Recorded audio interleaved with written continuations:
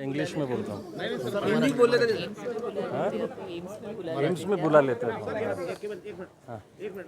Sir काय सांगाल ज्या प्रकारचे आता हे दोन रुग्ण समोर आले समोर बघाल काय सर इकडे इकडे नाही आता राहू द्या ना ते सर काय सांगाल तुमच्याकडे हे आले सॅम्पल्स नेमकी काय परिस्थिती आहे आणि जीनोम सिक्वेन्सिंग जिनेमिक सिक्वेन्सिंगने आपल्याला कळेल की म्युटेशन झालं आहे की नाही याची शक्यता खूप कमी आहे कारण सध्या रुग्णांची संख्या खूप कमी आहे आणि त्यामुळे हे रुटीन व्हायरस वाटतो आहे इन्फेक्शन फक्त आपल्याला काळजी घेणं आवश्यक आहे.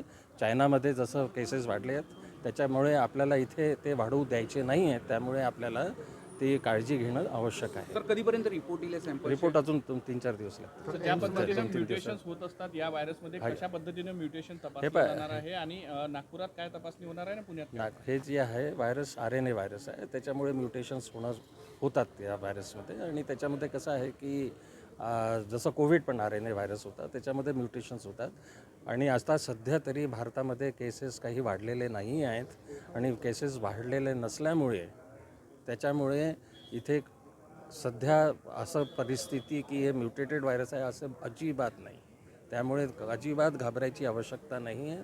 सर्वांनी सध्या काळजी घेणं जरुरी आहे पण सध्या काळजीचं अजिबात कारण नाही आहे. व्हायरसमध्ये बदल झाला म्हणजे म्युटेशन झालं की नाही याच माहितीसाठी केवळ जीनोम सिक्वेन्स येस HMPV आहे HMPV आहे. HMPV होता पहिले पण 2001 पासून होऊन राहिलं जे आपले सर्दी खोकला आणि जे रेस्पिरेटरी इन्फेक्शन जे होतात ते HMPV व्हायरसमुळेच होतात.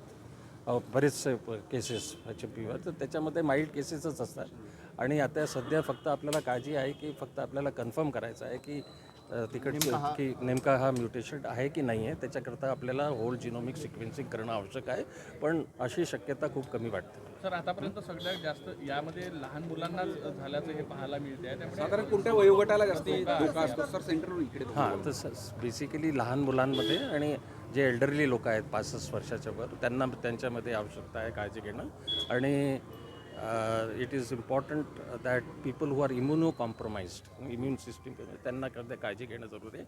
सध्या मी परत एकदा सांगतो की काळजी घेणं आवश्यक आहे पण काळजीचं कारण नाही. There is no evidence to suggest that the virus is mutated or there is हा जुना व्हायरस आहे आणि त्यामुळे काळजीचं कारण नाही सध्या आणि लोकांनी अजिबात घाबरू नये.